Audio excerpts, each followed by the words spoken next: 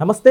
హాలీవుడ్కి సంబంధించిన ఒక star director ఆయన సతీమణి ఇద్దరిని చంపేసినట్టుగా తెలుస్తోంది. సో దాని డీటెయిల్స్ తెలుసుకుందాం. ప్రస్తుతం స్టూడియోలో జర్నలిస్ట్ దుర్గా వడ్లమణి గారు ఉన్నారు. ఇంటర్వ్యూలోకి వెళ్ళిపోదాం. Hello madam. హలో అండి. మేడం, ఏజ్ కూడా చూసుకుంటే మనకు కాస్త పెద్దవాళ్ళలాగానే కనిపిస్తున్నారు. వీళ్ళని హత్య చేయడానికి ఎవరు ఈ పన్నాగం పని ఉంటారు? ఇక్కడ పన్నాగం కాదండి. ఇప్పుడు వాళ్ళు ఆయన ఎవరు ప్రముఖ హాలీవుడ్ దర్శకుడు రాబ్ రీనర్, ఆయన సతీమణి మిషేల్ సింగర్, వీళ్ళిద్దరూ కూడా దారుణ హత్యకు గురయ్యారని అంటున్నారు. ఎందుకంటే వాళ్ళ ఒంటి మీద కత్తిపోట్లు ఉండడంతో దాని హత్యగా అక్కడ పోలీసులు భావించారు. ఈ దర్శకుడికి ఇప్పటికే 78 ఏళ్ళు.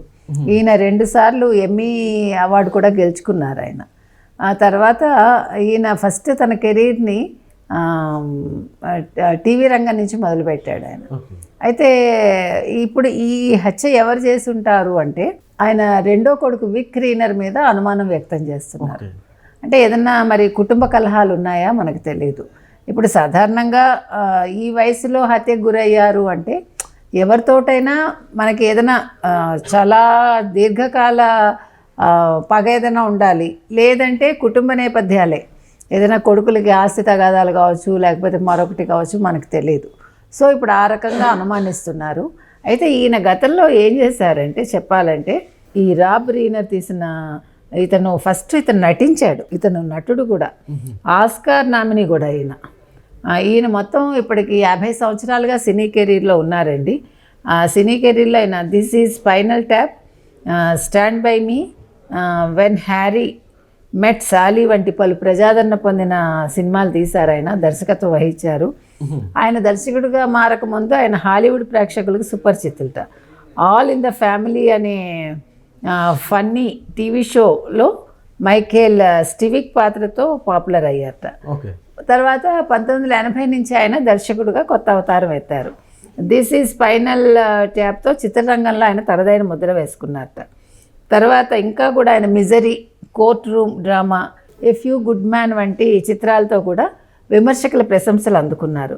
అయితే క్యాజిల్ రాక్ ఎంటర్టైన్మెంట్ మీద ఈయన ఆ సంస్థ ద్వారా పలు సినిమాలకి దర్శకత్వం వహించారు ఆయన. ఆయన తండ్రి కార్ల్ రీనర్ కూడా ప్రముఖ హాస్య నటుడు, దర్శకుడు. అంటే ఈయన కుటుంబంలో ఈ దర్శకత్వం అనేది, నటించటం అనేది తండ్రి నుంచి సంక్రమించింది ఈయనకి. ఈయనకి 78 ఏళ్ళు అంటే తండ్రికి మరి ఆయన ఉన్నారో లేదో మనకు తెలియదు.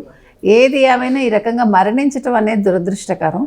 ఏదైనా కూడా మనం ఎన్నిసార్లు చెప్పిన సమస్యలు ఉంటే సరిగా పరిష్కరించుకోవాలి తప్ప ప్రాణాలు తీస్తే ఏం కలిసి వస్తుంది? ఒకవేళ వాళ్ళ చిన్న కొడుకు చంపకపోతే వెల్ అండ్ గుడ్, కానీ ఎవరు చంపారు అప్పుడు అది తేలాలండి. ఏది ఏమైనా ఇవాళ, ఎందుకంటే మనకి నిజంగా చెప్పాలంటే హాలీవుడ్ సినిమాలు చూస్తే మనసుకి చాలా బాగుంటుంది. అసలు మనం ఒకసారి అవి చూడడం మొదలుపెట్టామంటే ఇంకేం చూడం మనం. అంటే ఇప్పటికి కూడా అసలు ఆ స్టాండర్డ్స్ కానీ, వాళ్ళ నటనా విధానం కానీ, అసలు వాళ్ళ టెక్నాలజీ కానీ అసలు మనం అందుకోగలమా అనిపిస్తుంది మనకి. మీరు చిన్నప్పటి నుంచి చూస్తూనే ఉంటాం కదా మనం. ఇప్పుడు మీరు పాత సినిమాలు లేకపోతే ఇప్పుడు జేమ్స్ బాండ్ సినిమాలు చూసినా కూడా ఇంకా మనం ఎంతో ఆసక్తిగా చూస్తూ ఉంటాం. అంటే మన అందులో కథలనివ్వవు అవి. అలాంటిది మనకి ఒక గొప్ప దర్శకుడిని కోల్పోవటం అనేది, పాపం ఆయన సతీమణి కూడా, ఆవిడ సింగర్తో కూడా మంచి సింగర్ ఆవిడ. సో అది కూడా బాధాకరమే. ఏది ఏమైనా ఇవాళ ఒక ఏమనాలి, హాలీవుడ్ దర్శక దిగ్గజం మరణం అనేది తీరని లోటండి. మరి దీని మీద వివరాలు మరింత రావాల్సి ఉంది. ఎస్ మేడం, ఈ మధ్య కాలంలో ఇలాంటి హత్యలు ఎక్కువైపోతున్నాయంటే ఏమంటారు మేడం? సొంత వాళ్ళే కొడుకులు తండ్రిని చెప్పడం. అదే చెప్తున్నానండి. మీకు డబ్బు ఎక్కువగా రావడం ఒక విషయం అయితే, రెండోది పిల్లలు దురలవాట్లకు లోనవడం. ముఖ్యంగా ఈ డ్రగ్స్ మాఫియా ఎక్కువైపోయింది. వీళ్ళకి తాగటం కంటే కూడా ఈ డ్రగ్స్ తీసుకున్నాక వాళ్ళు ఏం చేస్తున్నారో తెలియట్లా. సాధారణంగా మీకు ఇది వెస్ట్రన్ కల్చర్లో మీకు డ్రగ్స్ ఎక్కువే. అసలు కొన్ని చోట్ల అయితే మీకు డ్రగ్స్ దొరుకుతాయి, రెడ్ లైట్ ఏరియాలు ఉంటాయి. మీకు ఎక్కువ ఫారిన్ కంట్రీస్లో ఇవన్నీ సహజం అన్నమాట. సో డ్రగ్స్ తీసుకున్నాక మనం ఏం చేస్తున్నామో మనకు తెలీదు, ఒక ఉన్మాద స్థితికి వెళ్ళినప్పుడు. కాబట్టి ఇది ఎక్కడ కంట్రోల్ చేయాలి? ఇప్పుడు అదే కదా, ఇప్పుడు తెలుగు రాష్ట్రాల్లో కూడా అదే సమస్య కదా. డ్రగ్స్, తర్వాత ఈ పార్టీలు, పబ్బుల కల్చరు, తర్వాత తాగడాలు, ఈ హుక్కాలు, ఇవన్నీ కదా. ఇప్పుడు ఇటీవల కాలంలో మీకు ఎక్కడ పట్టుబడ్డా ఫారిన్ విస్కీ పట్టుబడుతోంది, హుక్కాలు పట్టుబడుతున్నాయి, లేకపోతే డ్రగ్స్ దొరుకుతున్నాయి.